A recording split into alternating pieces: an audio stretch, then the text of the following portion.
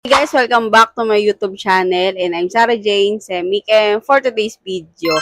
So for today's video, hindi muna tayo mag Facebook recovery. So may iba naman po tayong topic about sa affiliate partnership sa Facebook. So ano nga ba yung affiliate partnership sa Facebook monetizations? Maraming na monetize at na-invite ni Facebook dito sa affiliate partnership program. At dagdag pagkakakitaan pa siya sa ating mga Facebook. So kung gusto mong malaman kung ano yon, keep on watching, and kung bago ko pa lang sa aking channel, huwag mong kalimutang mag-like and subscribe and click mo yung bell para updated ka na nga sa mga video na i-upload natin. And simulan natin agad pagkatapos ng aking intro.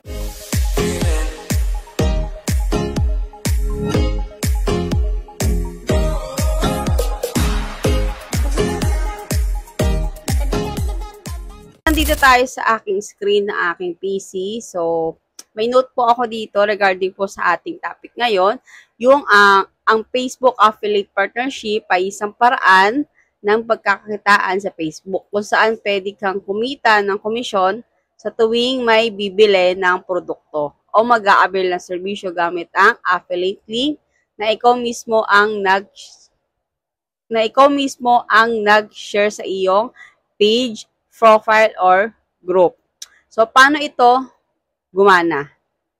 Affiliate program, may brand o company o platform, halimbawa, Shopee, Lazada, Rocket PH, TikTok Shop, na nag-aalok ng affiliate program.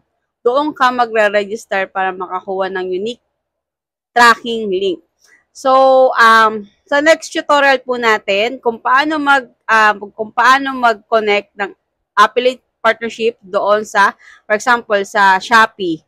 Ayan, may ginawa na po akong tutorial dyan sa aking Facebook. So, mag-upload po ako dito sa aking YouTube ng sample tutorial kung paano mag-link ng account, paano mag-link ng ating Shopee app galing sa ating affiliate partnership program.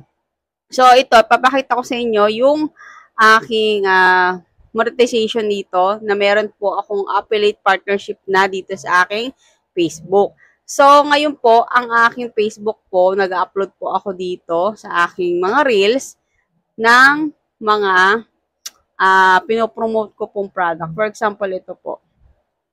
Ayan, for example, ito.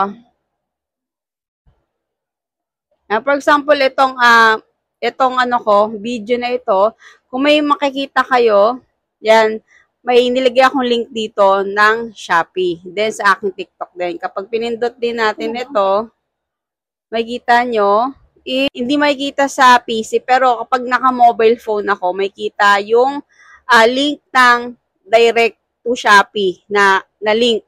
So, madadirect kayo doon sa aking Shopee app. Tuturuan ko yan sa next tutorial natin kung paano mag-link niyan.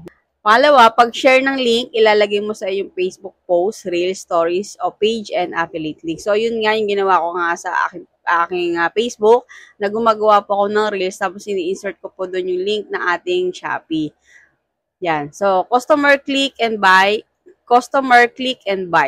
Kapag may nag-click at bumili gamit ang link mo, automatic na magkaka-credit sa iyo ang benta. So, kapag kinilik nila yon at check out sila doon sa link mo, yan, automatic commission ka na, magkakaroon ka ng commission nun. Doon sa seller. Kasi may mga product na may mga commission. Yon. So, magkakaroon ka ng kita. So, doon tayo kumikita sa true commission ng ating mga product. Kapag may bumili ng ating binibenta or inaalok sa ating mga platform. So, kita, komisyon ito. Makakatanggap ka ng porsyento mula sa presyo ng produkto o serbisyo. Yan. So, halimbawa, itong ballpen na to, for example, itong ballpen na to is 20 pesos and may komisyon ka na 5%. Yan. So, magkakaroon ka ng kada benta mo nito, may 5% kang komisyon. So, ganun nag-work. Kung sa mga hindi pa po alam, kumita through commission, yung kitaan doon. Kapag may bumili, yung commission is mapupunta sa inyo. Yun po. Mga paraan para magamit sa Facebook. Mag-post ng product reviews, text, photo, o video. Ayan, pwede kang kahit sa text, maglalagay ka ng link mo doon. For example, yung link ng ballpen na ito galing sa TikTok, then ilalagay mo sa iyong Facebook post. Yan, kahit through text lang yung post mo sa Facebook mo, and kung nilagyan mo naman ng link ng ballpen na ito, automatic na yon mapupunta sa iyong Shopee or sa iyong TikTok kung saang link man yon mo nilagay.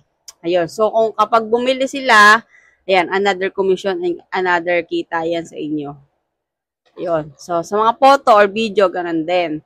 So, gumawa ng short videos o reel na may affiliate link sa caption o comment. So, tulad nga nito, na ginawa ko dito, ayan. May caption ako dito ng Shopee, tapos yung link ng aking Shopee, then yung sa aking TikTok. Ayan. So, kapag pinindot nga nila yan at nag-checkout sila, may kita po ako. May revenue pong papasok sa akin. May commission. So, mag-share ng tipid hacks, recommendation na relatable sa audience. Ayan. So, kung depende naman sa product nyo kung mag-explain paano kayo mag-demo and paano nyo mainganyo yung mga viewers mo na bumili sa iyong produkto, sa iyong binibenta na for example, nagde-demo ka at inaalokan mo yung tao, yan, sinesales talk mo yung tao na para bumili sa iyong Shopee, sa iyong TikTok, ayan. So, kailangan nakarelate ka din sa mga audience mo. And yung product na bibenta mo, dapat relate lahat ng tao at pwedeng magamit nila. Ayun, gumamit ng Facebook o page o group para mas maraming tao ang maabot. So, gumamit ng Facebook page. Pwede mo nyo naman, for example, may TikTok ka, may Shopee ka. So, i-post nyo yun sa lahat ng platform nyo para maraming makakita. At para mas madaming mag-click kapag the more na maraming engagement, yan. So, the more na kakalat yung video nyo. And possible na maraming pwedeng may bumili dyan sa iyong video kung nag-viral ito.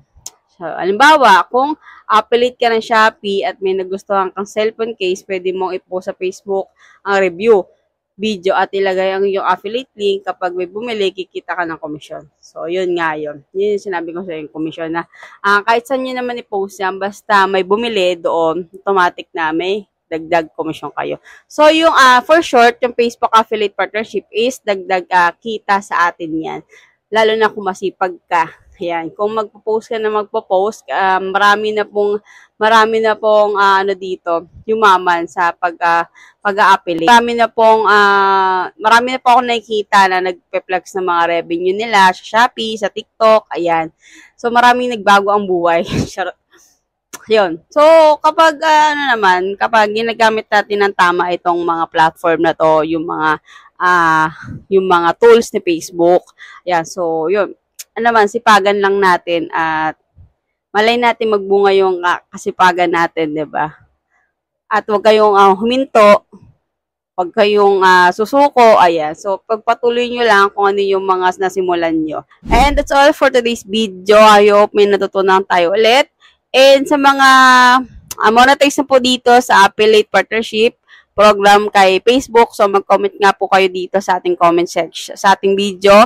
At kung ginagawa nyo na rin po yung ito na sinabi ko dito sa ating tutorial ngayon, kung ginagawa nyo na rin po na nag-link po kayo ng inyong Shopee affiliate partnership monetization sa Facebook. At pwede mo din tong i-share sa inyong mga kaibigan na wala pa pong ganito para malaman nila once na nagkaroon na sila ng ganitong monetization sa Facebook para alam na nila at hindi sila malito. And that's all for today's video. Huwag mo kalimutang mag-like and subscribe and click mo yung bell para updated ka na nga sa mga video na i-upload natin. And see you next video. Bye!